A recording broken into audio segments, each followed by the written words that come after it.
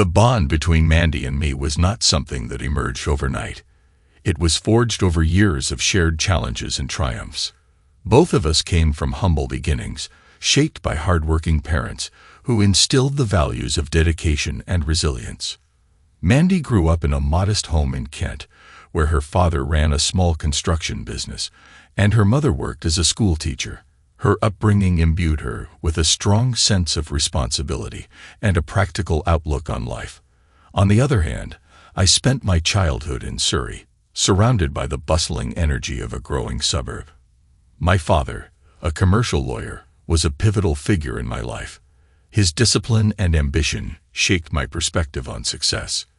My mother, ever the nurturing presence, supported our family quietly but firmly, ensuring that warmth and stability were constants in our home. The lessons from my parents laid the foundation for my eventual pursuit of project management, a field that required a blend of strategic thinking and emotional intelligence. Mandy and I first crossed paths at university, both pursuing degrees in business administration. While she excelled in strategy and long-term planning, I thrived in execution and problem-solving. Our complementary skills drew us together, and soon our professional partnership evolved into a personal one. The early days of our relationship were filled with long nights brainstorming business ideas and envisioning the life we wanted to build together. It was during one of these sessions that the idea for Alpha Business Consultants, ABC, took root. With my father's guidance and financial support, we launched our firm, focusing on strategic planning and organizational change. Those first years were anything but easy, balancing client demands, managing our growing team, and navigating the complexities of a fledgling business tested our partnership. Yet through it all, Mandy and I leaned on each other, forging a bond we believed was unshakable. Each year, my wife Mandy covers about 8,000 miles on the road, mostly for brief trips to meet with her clients. Our home, nestled just off Surrey's bustling M25 motorway, offers a peaceful retreat despite its proximity to the chaos of London's traffic. While it's a charming place to reside, even a short drive on the M25 can quickly become a time-consuming ordeal. To cope with the frustrating traffic jams on the M25, Mandy's trick is simple: a few snacks, a soft drink, and tuning into her favorite bubblegum pop station. She's especially fond of her vibrant orange Volkswagen Beetle convertible. It's the latest model, with a 2.0-liter engine, a slick audio system, a black soft top, and black leather seats. It's a fun little car, though Mandy often fills it with empty drink bottles, candy wrappers, and sorted clutter. It strikes me as amusing that she's driving a car built to hit speeds over 120 miles per hour, yet spends most of her time either stuck in traffic or creeping through some of the UK's most crowded routes. Her first car back in college was an old Volkswagen Beetle, and she always talks about the good memories she has of it. This was before we met, and she was living with her parents. I never asked, but I imagine those fond memories probably involve some private moments in the small confines of that Beetle. When Volkswagen brought back the Beetle a few years ago, Mandy couldn't stop mentioning how much she wanted one. So for her 50th birthday, I took the hint and bought her the top-of-the-line convertible. I also splurged on a personalized license plate with her initials and the word bug on it. An absurd amount of money for a plate, but it made the car feel even more special. It became affectionately known as the baby bug. Even though she loves the car, Mandy didn't always keep track of the tire pressure or fluid levels in the baby bug, so I made sure to check those regularly. Some people are fine with a cluttered car, but I can't stand it, so I'd clean out empty cups, food wrappers, and other junk. I never mentioned it to her, and she probably didn't even notice. She never thanked me, but that was fine because I always found enough loose change in the car to grab a couple of drinks at the pub later. It's not surprising that Mandy doesn't always keep track of things like loose change, considering both of us have decent incomes and a comfortable lifestyle. Mandy is a business consultant who helps companies devise strategies for growth. I'm a freelance project manager who specializes in change management. Most people call me Terry, even though my real name is Dave, not Terrence, but Mandy and everyone else calls me Terry. It's short for Terminator, a nickname I earned because my job often involves letting people go during organizational changes. Mandy and I met at university while studying business administration. We hit it off so well that before we got married, we started our own company, Alpha Business Consultants Limited. We were young and a bit naive, but we got some valuable advice and financial help from my father, a well-respected commercial lawyer. Sadly, my father passed away a few years ago, not long after we launched the business. He had agreed to become a director of the company, which helped give us credibility when negotiating with potential clients. In exchange, we gave him some shares in the company, and he was always willing to share his legal expertise with us. In the early days, Mandy and I worked hard to build up the business by helping companies with strategic planning, but after a while we realized our skills were a bit different. Mandy excels at helping businesses plan for the future, while my strength is solving problems when things go off track. Her expertise is in the what should happen, while mine is in dealing with the what happens when it doesn't. Mandy and my father both felt that Alpha Business Consultants should focus more on strategy rather than execution. So we agreed that I would branch out and work independently as a consultant specializing in organizational change projects. Mandy continued running ABC solo. Our twin daughters, Linda and Lucy, both left home a few years ago to attend university. Back when they were younger, I converted a room on the ground floor of our house into an office for the business, complete with a sign on the door. It was a quiet space for either of us to work without interruption. Over time, it became Mandy's office because I spent most of my time working directly with clients, while she usually worked from home. Mandy had about 50 regular clients, and she charged fees as needed when they called for her consulting services. In contrast, I didn't always have a steady stream of work. I often got referred to projects and worked as an assistant for a large management consultancy firm. I typically only had one client at a time and would work with them over weeks or months, managing big projects like office relocations or corporate restructures. After finishing a project, I usually took some time off, sometimes for a few days, sometimes for weeks, before the next assignment came up. Not knowing what's next can be intimidating for many people, but I got used to it and even enjoyed the breaks, using the time to read more or improve my cooking skills. It also gave me a chance to take care of household maintenance that didn't require a professional, like cleaning Mandy's fish tank. She'd read somewhere that having a large aquarium filled with brightly colored fish could help with her thinking, so she insisted on having one. She liked the idea of it, but never kept up with the maintenance. To her, fate was just two random letters, so I ended up being the one to take care of the fish and the tank. I never minded being alone when Mandy was away on business trips, and she never complained when I was working away for a week on a project. In fact, I think our relationship benefited from these occasional separations, especially once the girls left home. I had hoped that with the house to ourselves, we'd be able to liven up our social life, maybe even take romantic weekends to places like Paris or Rome. But as the saying goes, people make plans, and the gods laugh. Things took a turn when Mandy came home one day with little Doug, a Shih Tzu, also known as a Chinese lion dog. Every time I see him, I think of the old joke about a zoo with only one animal, a dog, and it's a Shih Tzu. At first, I was a little annoyed that Mandy brought a dog into the house without consulting me. Little Doug was sweet enough, but I knew right away that I'd end up being the one to walk him and take care of him whenever Mandy was busy, or even when she wasn't. When she got him, little Doug was just a tiny puppy and needed house training. Shih Tzu got that job. He wasn't called Little Doug just for his size. For a while, he marked his territory all over the place. Mandy absolutely adored him. He became her dog, sitting on her lap getting petted endlessly while she watched TV and even lounging next to her on the sofa. He would park himself on the chair next to her at the dinner table, and every morning he'd be snuggled up in our bed. I did my best to persuade Mandy that little Doug shouldn't be allowed to roam freely through the house, but she didn't seem to hear me. To maintain any semblance of privacy, I had to lock the bedroom door if I wanted a little peace and quiet. But even then, I had to remember to unlock it afterward.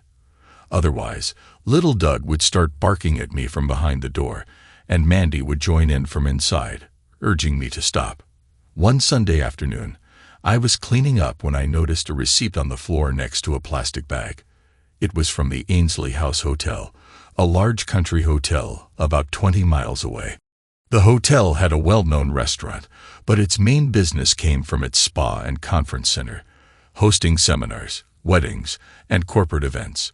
The receipt didn't have much detail, but the amount seemed like the kind of bill you'd expect for lunch or dinner for 2 or 3 people. I figured Mandy had taken some clients there, so I decided not to throw it away in case she needed it later. I slipped it into my wallet to give back to her. After I cleaned up the snack wrappers and junk, I tied the bag and threw it out, then took the Beetle to the garage for gas and a quick checkup. The next day, Mandy was heading out for a business trip up north and wouldn't be back for a few days. I had a few days of downtime in between projects and was hoping to take her out for lunch at the Fox and Hounds pub, but she said she was too busy preparing for the trip.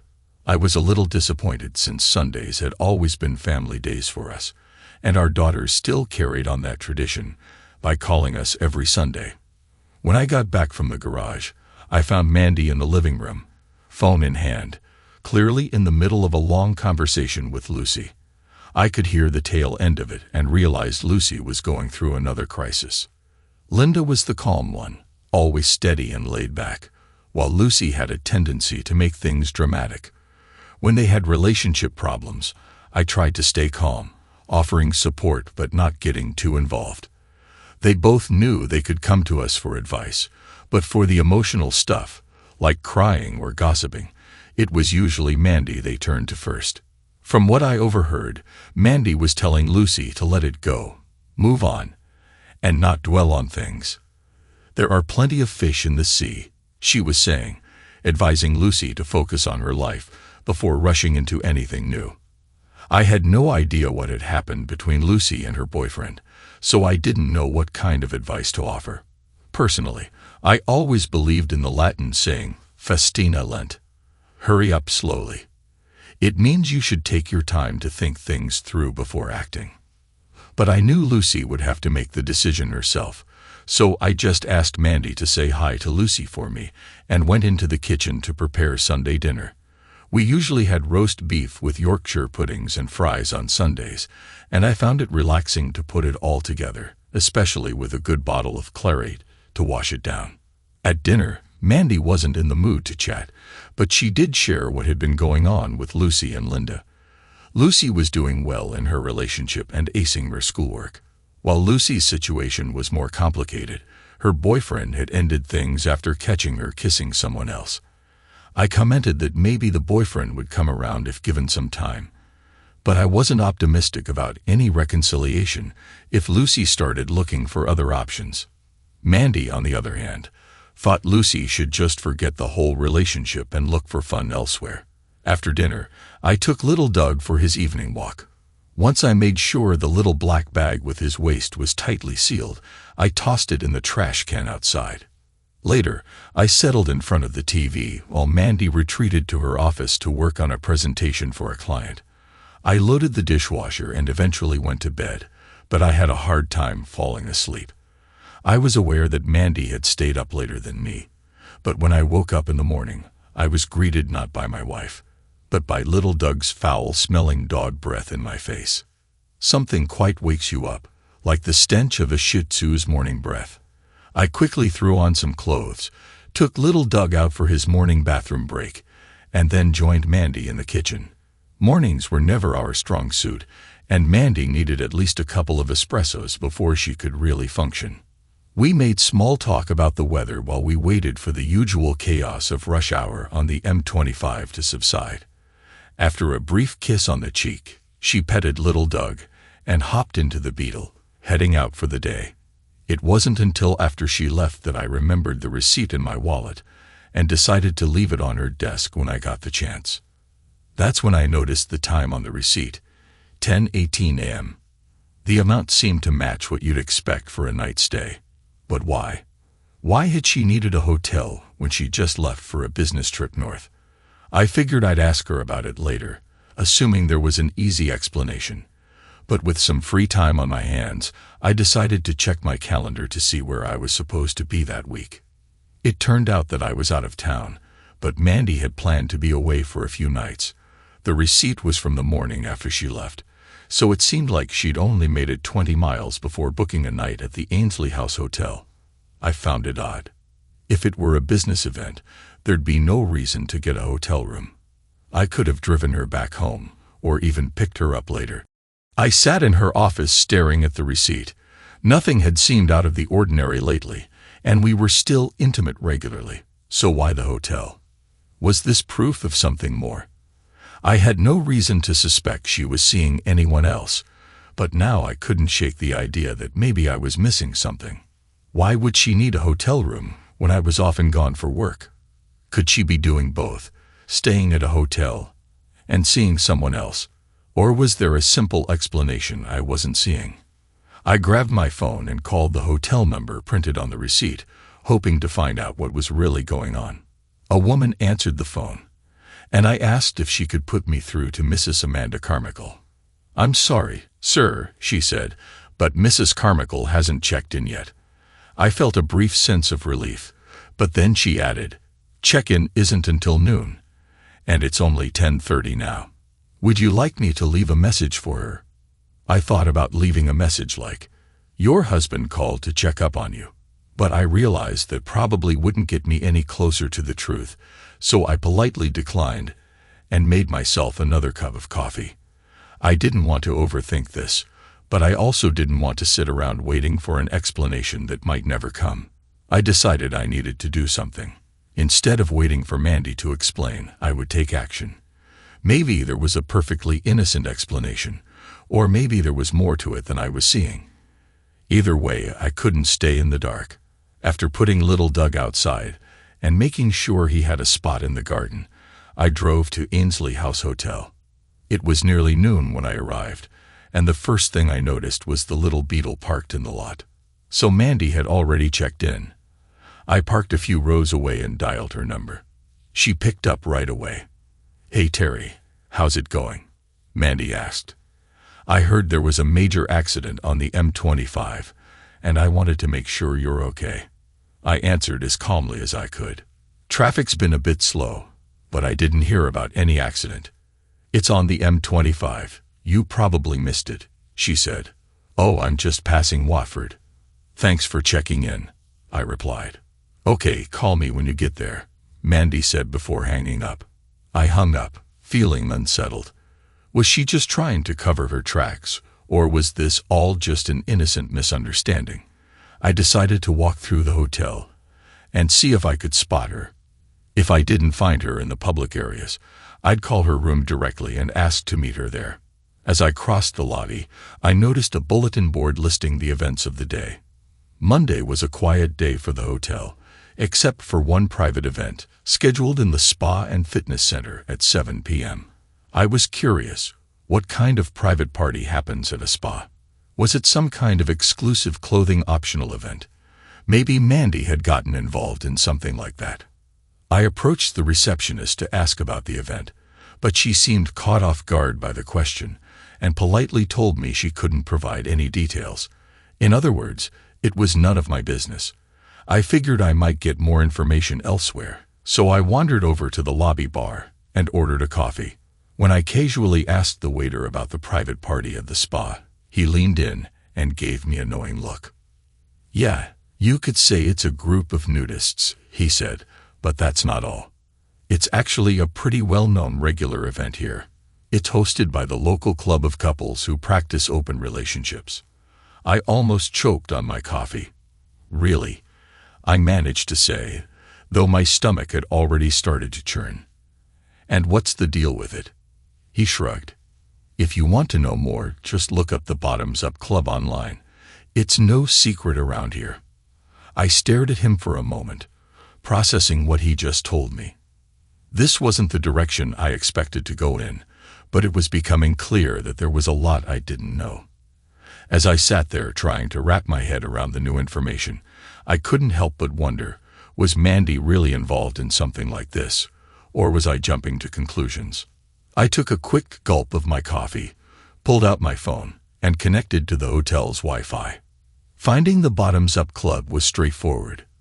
Their website revealed that membership was £20 annually, and to attend their events, you needed to sign up and agree to the club's terms.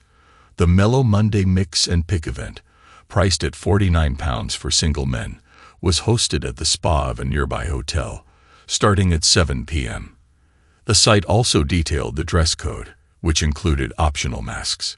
By now, I was almost certain Mandy was at the hotel for this event. She seemed like the type to enjoy herself in that kind of setting, so I decided to find out exactly what was going on. As much as I didn't want to see my wife with strangers, I needed undeniable proof of her actions, whether it was for a divorce or simply for my own peace of mind. I knew sitting in the lobby waiting for her to reveal herself wasn't the best plan, so I finished my coffee and headed out. I dialed the club's number and spoke to another pleasant woman who walked me through the event details. She confirmed that I'd need to bring an ID to get in, reassured me my personal information would be kept private, and mentioned I could buy supplies on site. The club's name wouldn't appear on any transaction records, only SJB services. When I got home, I checked in on little Doug before changing into something more fitting for the evening. I still wasn't completely sure what I was dealing with, so I took a moment to review our finances online. Sure enough, payments to SJB services had been made over the past year. They seemed to line up with Mandy's memberships and events she'd attended. I printed out the bank statements for later reference. Later that evening, I returned to the hotel, arriving around 8 p.m., and made my way to the spa. At the reception, an attractive middle-aged woman in a floral dress greeted me. She was the same person I'd spoken with earlier. After checking my ID, she sold me a mask and some supplies. Though I had no intention of using them, I needed to play along. She seemed to notice my nervousness and tried to put me at ease. "Just head to the gym," she said. "You're a bit late, so you might have to wait, but everyone's really friendly. If you need anything, just ask. You'll fit right in." I put on the mask and walked through the door into the gym area. The room was dimly lit with the heating cranked up to create a more intimate atmosphere. Jazz played in the background, the volume low enough to keep conversations flowing without being disruptive. The space was filled with about 70 or 80 people, some fully dressed, others partially dressed, or completely without clothes. I spotted a table with refreshments near the entrance, but the real actions seemed to be happening around the mats scattered across the room. There were 8 large white sheets laid out, each surrounded by groups of people, couples, singles, and groups. Some masked, some not. I felt out of place in my full attire, but I needed to stay that way if I was going to get the evidence I needed. I moved closer to one group, watching as 2 young women explored each other's bodies. The crowd around them murmured approval. In the next group, 2 older couples, their movements awkward, gave off the impression of a strange, uncomfortable interaction. Then I saw her, Mandy. She was in the far corner, on a mat, without clothes and entangled with 2 young men. Her face was unmistakable, even without a mask. I could spot the small turtle tattoo on her left ankle from across the room. She was in the middle of it, and the group around her seemed to be encouraging her on. I wasn't going to confront her. I didn't want to give myself away, so I stayed quiet and focused on recording everything. I had signed a confidentiality agreement to get in, but that wasn't going to stop me from getting the proof I needed. Mandy's face was visible enough that I could blur out the others later in the video. A man in a black shirt, standing next to me, muttered under his breath. "This is like watching a door get kicked in during a storm," he commented, gesturing toward Mandy. "Look at how she's moving." A woman nearby, who seemed to know a bit too much, added, "She's great with a few people at once. We've been with her a couple of times." My stomach twisted, but I pushed the feeling aside. My focus remained sharp, capturing what was happening on my phone without drawing attention. I knew I had the proof, both in video and through the casual comments surrounding Mandy. I'd seen enough. I couldn't stay any longer, and I wasn't about to watch this unfold any further. The woman at the reception was surprised to see me leaving so soon, but I made up a quick excuse. I had forgotten something, I said, and promised I'd be back. As I left, my mind was racing.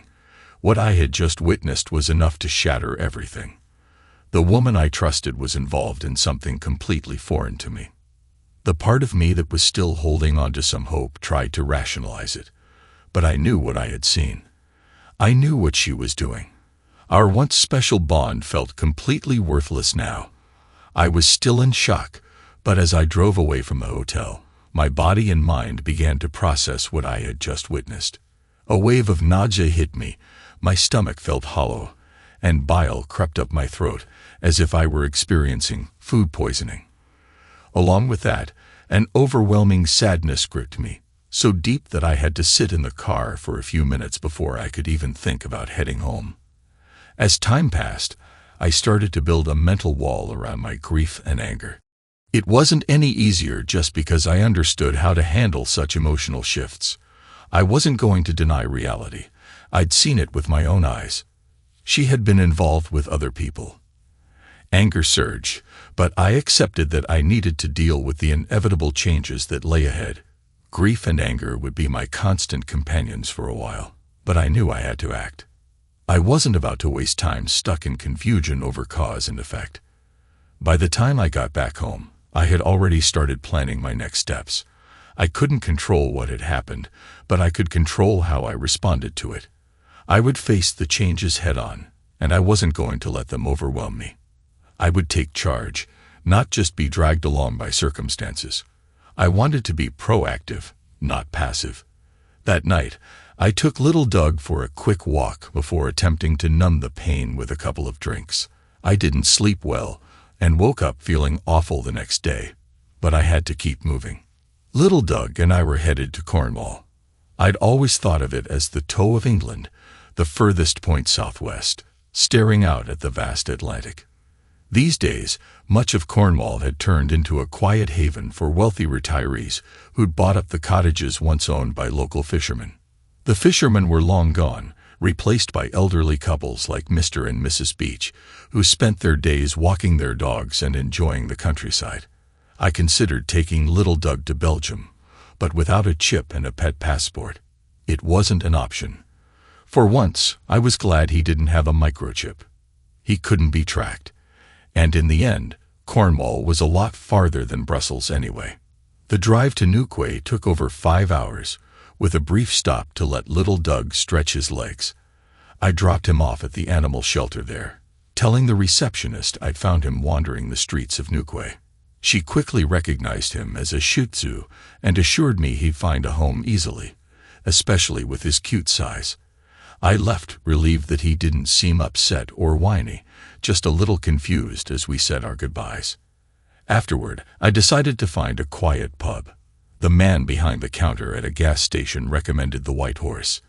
It took me a moment to realize he meant the nearby White Horse Hotel. I ended up sitting at a corner table with a ploughman's lunch and a pint of good ale. While eating, I checked my phone and called Jim Savage, a senior partner at a management consultancy in Surrey. Jim and I had known each other for years. He'd been a rival since Mandy, and I started our business, ABC. Jim was a charming guy, but a bit of a wolf in sheep's clothing. When we first started ABC, he'd offered us a cushy job to close down our business and come work for him, knowing full well that he'd probably let us go when it suited him. We'd always turned him down, but we kept in touch, meeting from time to time at business events. Jim always seemed to be genuinely interested in what I had to say, even though I knew it was part of his strategy to neutralize us. Despite the urgency of my situation, Jim agreed to meet the next day. When I finally got home to Surrey that evening, I was exhausted.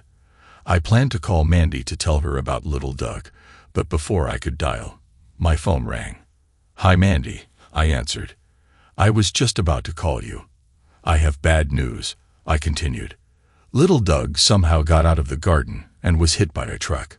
I'm so sorry. There was a long pause on the other end before she gasped. What, is he okay? I kept my voice steady. I'm afraid he's gone. A passerby saw him slip under the gate and run into the road. But the truck driver didn't stop. The truck ran over him, and there was nothing I could do. I buried him in the garden. Mandy sobbed uncontrollably on the phone, muttering about how devastated she was. I couldn't help but feel a dark satisfaction. Honestly, there was a part of me that considered the idea of disposing of little Doug myself, but that seemed too far. After all, he wasn't some wild animal. He was a dog. What really gave me peace was the fact that little Doug wasn't dead at all. He was safe and sound in Cornwall, far from Mandy's knowledge. I expressed my condolences, suggesting I could buy a small headstone for his grave. That pushed Mandy into another round of tears. Then we ended the call.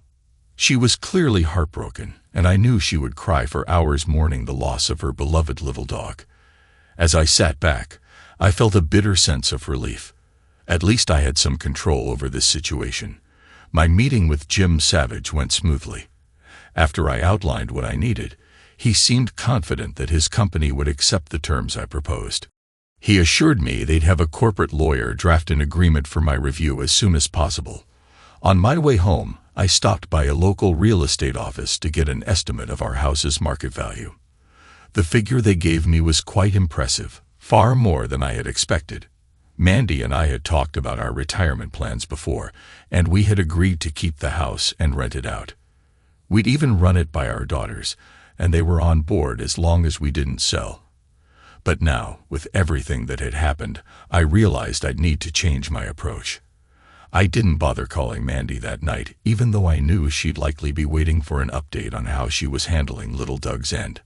I had thought about it, but I wasn't in the mood to be sympathetic. She could deal with it herself, and I figured she'd be back the next day. She said she was near Manchester, but who really knows? I didn't care where she was. What mattered was that, for the first time in a while, I slept a little better that night. Perhaps it was petty, but I felt a strange sense of satisfaction from the situation.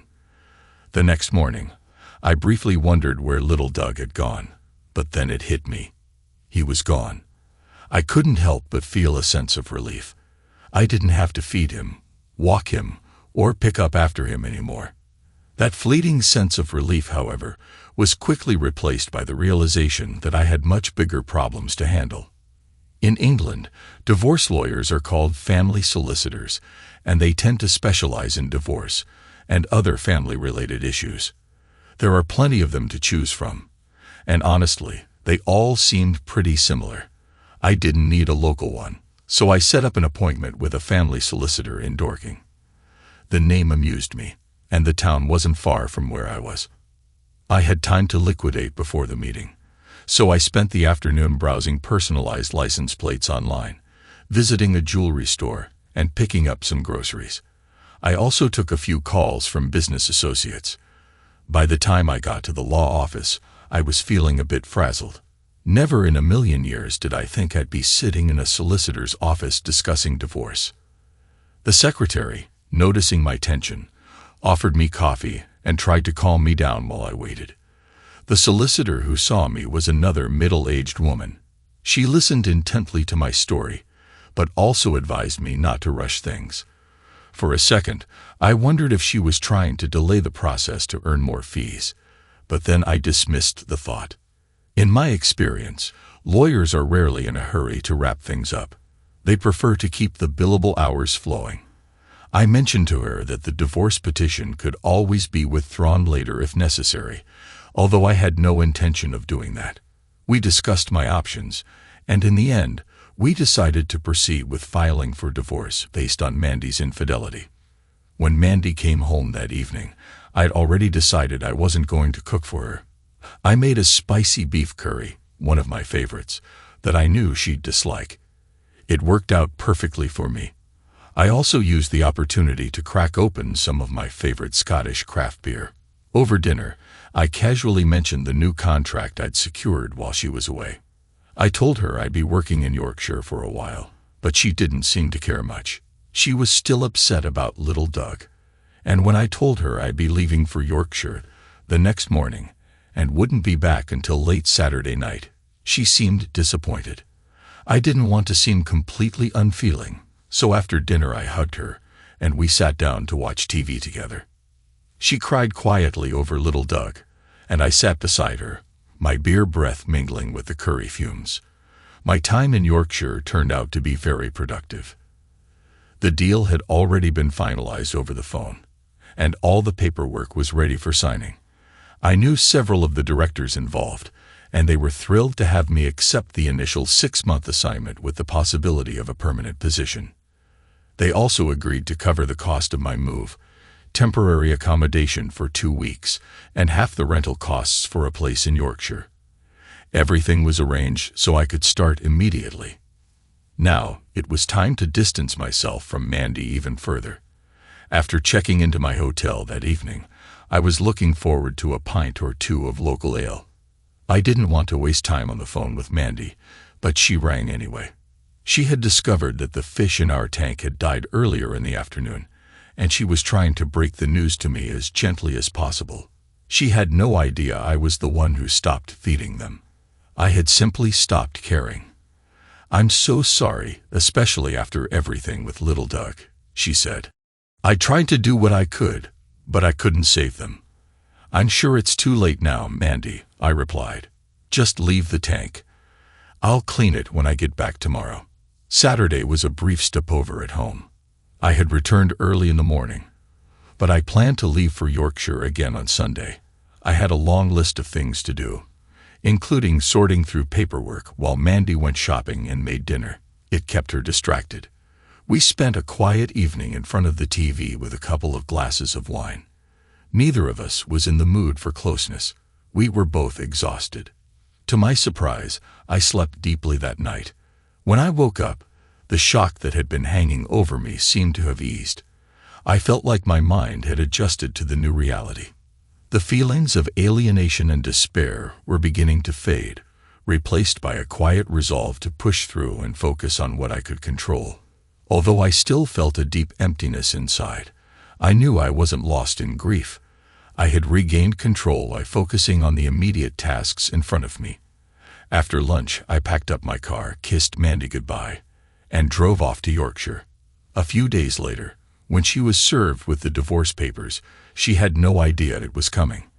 I knew exactly when it would happen, and I made sure my phone was off that day. It wasn't that I was trying to be unkind. It was just that I was busy. Still, there was a part of me that felt a sense of satisfaction in knowing I had a few hours of peace without her calls. After work, I returned to my hotel room, turned my phone back on, and checked the messages and voicemail. The main theme was clear. She was upset, confused, and angry. Without hesitating, I called her back. "What is going on, Terry?" she asked, cutting right to the chase. "That's exactly what I've been asking myself, Mandy," I replied. "But this all started about a week ago. I don't understand what you're doing, but it needs to stop. This has gone way beyond a joke," she said. "It's almost like you're reading from my script, Mandy," I answered. "What do you mean by that?" she asked, confused. "Well, at some point, I started wondering what was going on with you," I told her. "But now it's too late to stop, and this has definitely gone beyond a joke." "Are you talking about Ainsley House Hotel and the Bottoms Up Club?" she asked, her voice shaking. There was a long pause followed by a heavy sigh. "I'm sorry, Terry," she said. "I really don't know what to say. I never thought you'd find out." "Well, Mandy, what you don't know can't hurt you, right?" I said. "Well, now I know," she replied. "I know, and it hurts," I said. "We need to talk about this, but it's something we can't do over the phone. Will you come home on Friday?" she asked. "I don't think talking will help much," I replied. "I'll be home Saturday, but I need to be back in Yorkshire by Sunday evening." When I returned Saturday afternoon, Mandy looked nervous. I didn't unpack my things. I wasn't sure how things would go. I planned to sleep in one of the guest rooms, keeping an option to leave if things became too tense. In situations like this, grits tend to brew some tea and hope things will settle down. Soon enough, Mandy sat me down in the living room with a cup of tea, and I waited for her to speak. "First of all, I have to admit that this whole mess is my fault," she began. "Terry, I didn't say anything. The truth is, I gave in to temptation. I stumbled across the Bottoms Up Club by accident, and I couldn't stop thinking about it. You weren't home when I first went, and I was really nervous.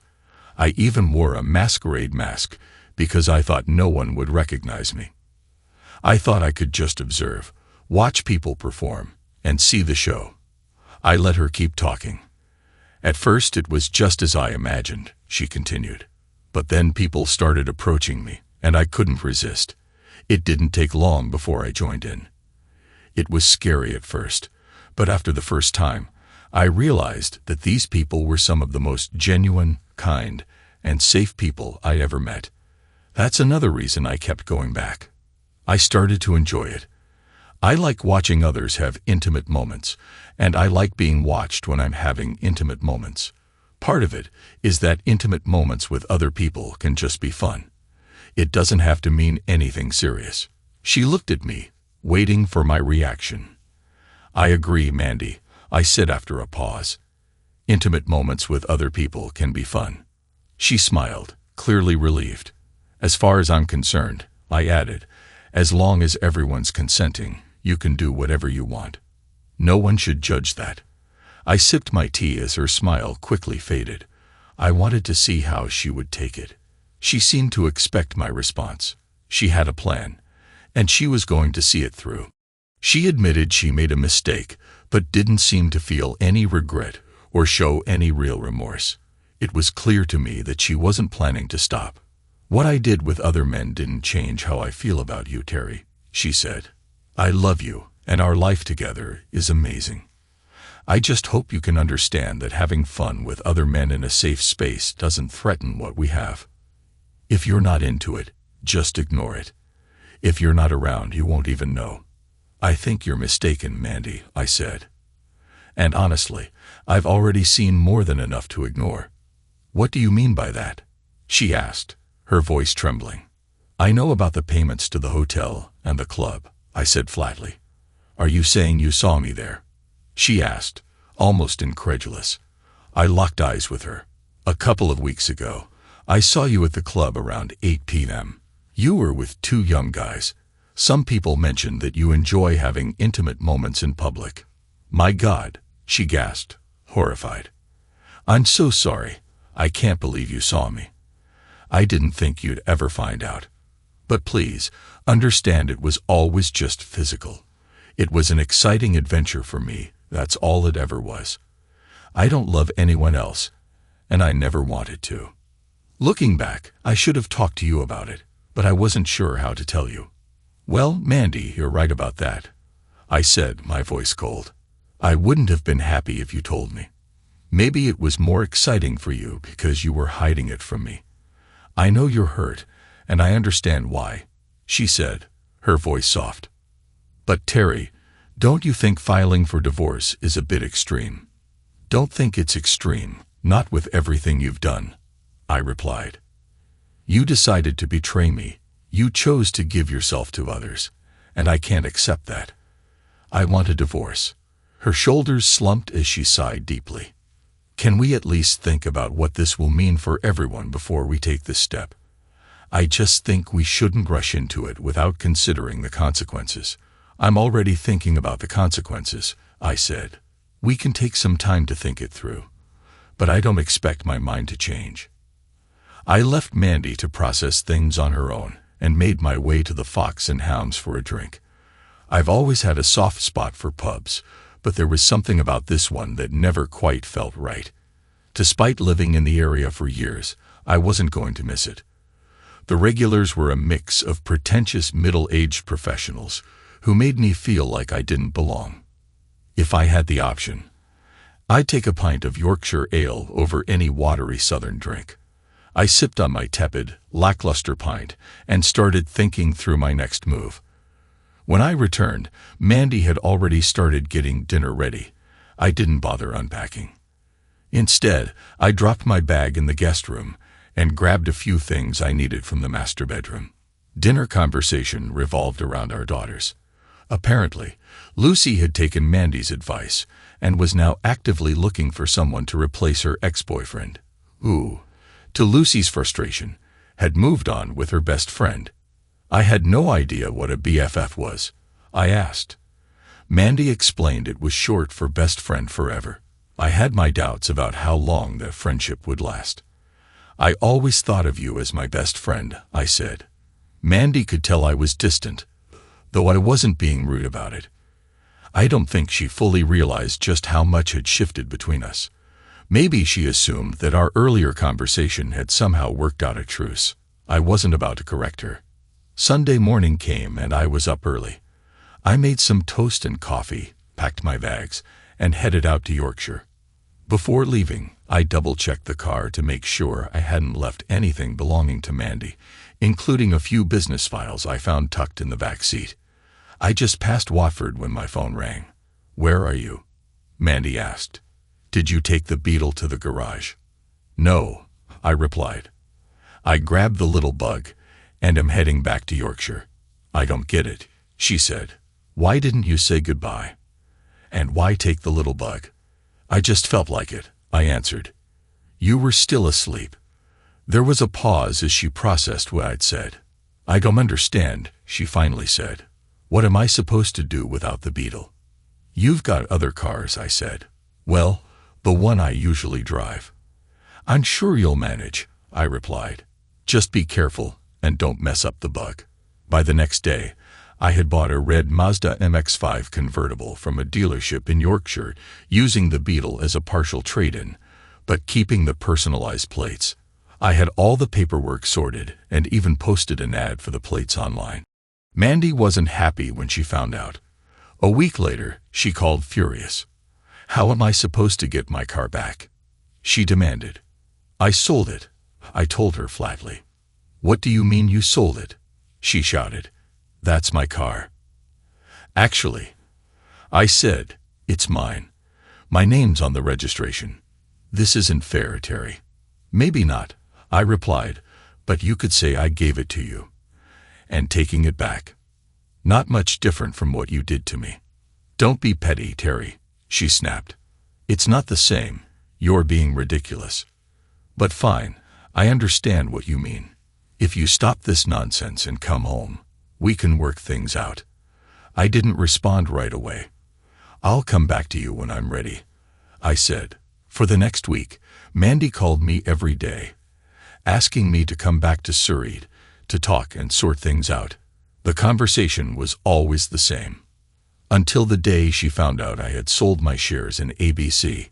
"How could you make such a decision on your own?" she screamed. "I'm the second shareholder. You should have consulted me." "Fair questions," I replied calmly. "I get that you're angry and I know my decision affects you. But I didn't need to ask you about selling my shares, just like you didn't ask me before you decided to be involved with other people. I get why you're upset, but what's done is done. You'll have to accept it." "You're a fool," she muttered. A few days later, she called me again, absolutely livid. The realization hit her like a ton of bricks. When we started the company, we each owned 50% of the shares. What you didn't know was that I had inherited my father's shares, which brought my stake to 51%. That was when the company's new majority owners froze our accounts and started moving forward with a takeover. Mandy called, furious and panicking. "Do you realize what you've done? ABC had over 200,000 in the bank. Now we've lost control of it. You've ruined our future." "Sorry, Mandy," I said, cutting her off, "but at least you still have your job." There was a sharp intake of breath, followed by silence. Then I heard her sobbing uncontrollably before the call cut off. I think she eventually figured out that the deal I made with Jim Savage was about more than just the money. In exchange for 51% of the shares, I got twice the average turnover from the past 5 years. plus the equivalent of the company's cash reserves. Jim also offered to keep Mandy on as a consultant for at least 2 more years, with a decent salary and performance-based bonuses. Jim wasn't an idiot. He knew it was a smart move to keep Mandy as the face of ABC, even if our personal lives were falling apart. During the divorce, the sale of our home became a major complication. In England, the process of buying and selling property is far from straightforward. Transactions are often linked in a chain, meaning one sale depends on others being finalized first. The highest bid is rarely the final one either. Sometimes, a new buyer swoops in with a higher offer just after the official closing date. That's exactly what happened to us. Our top bid was contingent on other deals, and while it seemed promising, a better, unconditional offer came in the very next day. Accepting that offer was a relief for both of us, and I think Mandy was glad to see the sale go through without further delays. At this point, Mandy had fully come to terms with the fact that our marriage was over. The property was transferred to a company called Max Payne Associates, though I made sure that the real buyer's identity remained a mystery. I considered it a smart investment. The house was in a great location, and I planned to rent it out to generate passive income. Now, living and working in Yorkshire as a management consultant, I hadn't spoken to Mandy in a while until she called, asking if I had seen her wedding dress. Our daughter Linda and her fiancé were about to tie the knot, and Mandy hoped Linda would wear the same dress she had worn years ago. She was convinced it had somehow been packed in with my things when we separated. "Sorry, Mandy," I said. "I don't have a clue where it is. I always try to be honest." Actually, I took the dress and sold it to a woman in Yorkshire who has a boutique. I wouldn't let my wife keep it after everything, and I sure wasn't going to let one of our daughters wear it. That dress is a reminder of a marriage that's over, and I wasn't going to let any of them walk down the aisle in it. A few days later, Lucy called me, sounding frantic. "Mom's going crazy, Dad," she said. "She found out that the diamond ring you gave her is fake. She thought it was worth a fortune, and now she's devastated." "Oh, that's awful," I replied flatly. "I bet she never would have known if she hadn't looked." People put so much value on things, and then it hits them hard when they realize those things aren't what they thought. Lucy wasn't done. "Well, the real ring is locked up in a safety deposit box at my bank. Who knows? It might come in handy if I ever find someone special." As I settled into my new life in Yorkshire, I often reflected on how much had changed. The days of planning with Mandy, dreaming of a shared future, seemed like distant memories. Those days had been full of hope and ambition. Too young, idealists ready to take on the world, but life has a way of peeling back the layers of romance to reveal the complicated mess beneath. In many ways, my time in Yorkshire was therapeutic. The open skies and brisk countryside air felt like a reset button on my soul. My consulting work kept me busy, and with each project, I felt a bit more like myself again. There was something deeply satisfying about solving problems for clients and seeing tangible results. It was the kind of fulfillment that my personal life had long ceased to provide. I still thought about Mandy, though less frequently and with fewer pangs of bitterness. Occasionally, I'd catch myself smiling at a memory from our early years together. The way she used to playfully tease me about my love for Yorkshire puddings, or how she'd light up a room with her laugh. But those memories were like faint stars on a cloudy night, eclipsed by the weight of betrayal and the inevitable unraveling of our marriage. One Friday evening, I found myself at a local pub, nursing a Pinnevel and watching a game on the telly. The pub was alive with chatter, the hum of conversations creating a comforting backdrop. As I sipped my drink, I overheard a couple of men at the next table debating the best way to deal with life's disappointments. One of them, an older man with a weathered face, summed it up simply: "You've got to let go of what weighs you down, mate, otherwise it'll drown you." His words stuck with me. Letting go had never been my strong suit.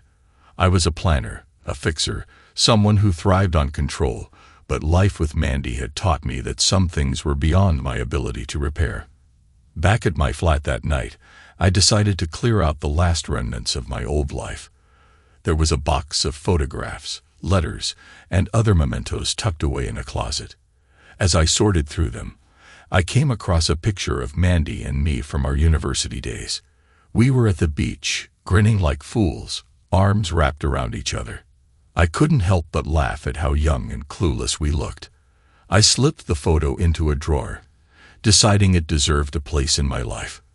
Not as a reminder of what was lost, but as a testament to what once was. As for Mandy, I heard through the grapevine that she was still running ABC, though with a significantly reduced workload. Our daughters stayed in touch with both of us, and while Lucy occasionally dropped hints about Mandy's latest activities, I didn't pry. I had my life to live, and she had hers. In the end, I realized that the best way to move forward was to focus on the road ahead, rather than the one behind. Life doesn't come with a map, and sometimes the best you can do is put one foot in front of the other, trusting that the journey will lead you somewhere worth being. Thanks to everyone who took the time to listen to today's stories. If you enjoyed it, please consider liking and subscribing if you haven't already. Feel free to share your thoughts on the events in the comments below. Take care.